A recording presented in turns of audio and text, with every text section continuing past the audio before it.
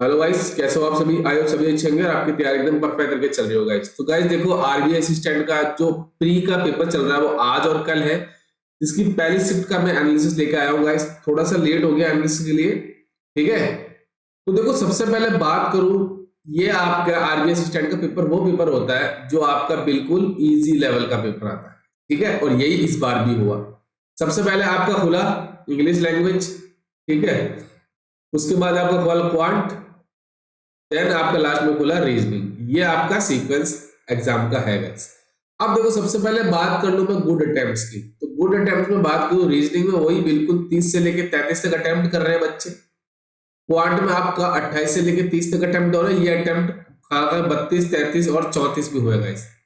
English language की बात करें तो 25 से लेके 27 तक अटेम्प्ट। एवरेज अगर मैं बात करूं तो 83 से लेके 90 तक अटेम्प्ट हो रहे हैं, क्योंकि बिल्कुल पेपर का लेवल क्या आया, इजी आया। यही मैंने आपको हर बार बोला था कि अपनी स्पीड पे फोकस करो गाइस।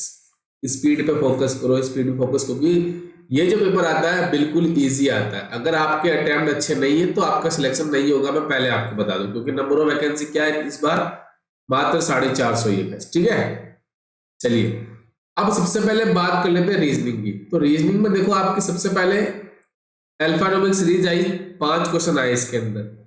ब्लड रिलेशन आया, जिसमें 3 क्वेश्चन थे कि इसका फादर ये है, ये इसकी मदर है, ये इसकी वाइफ है। तो इजी था बिल्कुल, कोई भी इसका ट्रिक नहीं थी गाइस। नंबर बेस्ड आया था, जिसमें 3-3 पेयर दे रखे थे। कितने? 3-3 पेयर आपको दे रखे थे, तो ये भी इजी था।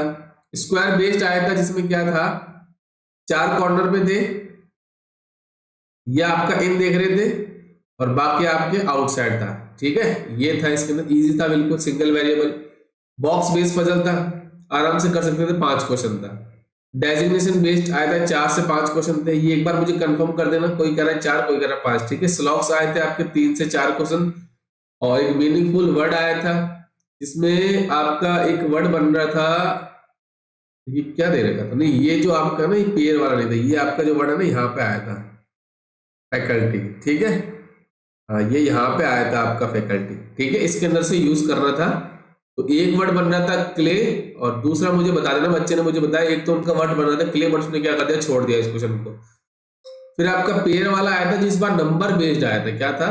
नंबर बेस्ड था गाइस, ठीक है। तो इसमें नंबर था, बैकवर्ड फॉरवर्ड जाना था आपको। एक आपका वर्ड बेस्ड कोडिंग आई थी, इसमें एक ही क्वेश्चन आया था। ये इसमें एक रूट दे रखा था, जिसकी कोडिंग दे रखी थी, ठीक है। तो इजी था, आराम से कर सकते थे। एवरेज अटेम्प्ट की बात करूं तो हर बच्चा 30 प्लस करके आ रहा है इसके अंदर गाइस, ठीक है।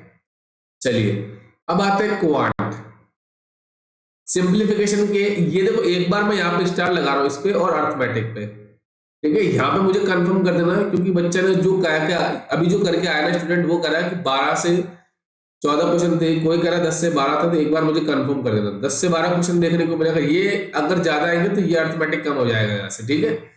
क्वाड्रेटिक इक्वेशन आई आपकी, 5 क्वेश्चन थे। टेबुलर डीआई बिल्कुल इजी, 5 क्वेश्चन थे। इसमें क्या दे रखा था, आपके 4% दे रखे थे, ए बी सी डी, और 4 ही आपके क्या दे रखे थे, मंथ दे रखे थे। कौन कौन से? जनवरी, फेब, मार्च और अप्रैल आपको दे रखा था। तो इजी था बिल्कुल, आराम से कर सकते। अर्थमेटिक था, 7 से 8 क्वेश्चन थे। कैश रेट डीआई थी ना, जो 5 क्वेश्चन थे। इसमें क्या था, एनालॉग वॉच और डिजिटल वॉच का डाटा दे रखा था, उसको आपको सॉल्व करना था टेबल के फॉर्म में, आपको कर सकते थे आराम से। तो इसमें भी अगर मैं बात करूं तो 28, 29, 30, 32 आराम से आप कर सकते हो, बिल्कुल इजी पेपर आ रहा है गाइस, ठीक है। उसके बाद करूं मैं इंग्लिश लैंग्वेज की बात, 5 मिसेस पहले आए थे, 4-4 वर्ड दे रखे थे, 4 वर्ड दे रखे थे, उसमें आपको बताना था, ठीक है। पैराजम्बल आया था, ये भी आपका क्या था, स्टोरी बेस्ड था, ठीक है। पिलर था, सिंगल पिलर, सिंगल वेरिएबल होता है, सिंगल पिलर्स, वो आपका था।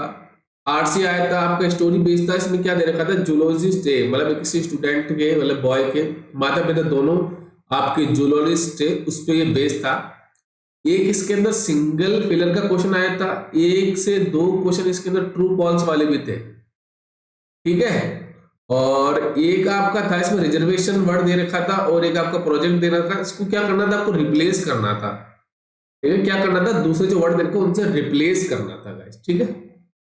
और एरर आया था 5 से 6 question, simple A B C और डी। और नो एरर। ये था पैटर्न, बिल्कुल इजी था। आराम से आप 85 से लेके 90 तक कर सकते हो। कुछ कुछ बच्चों ने तो 100 भी किया है गाइस, विद 100% एक्यूरेसी।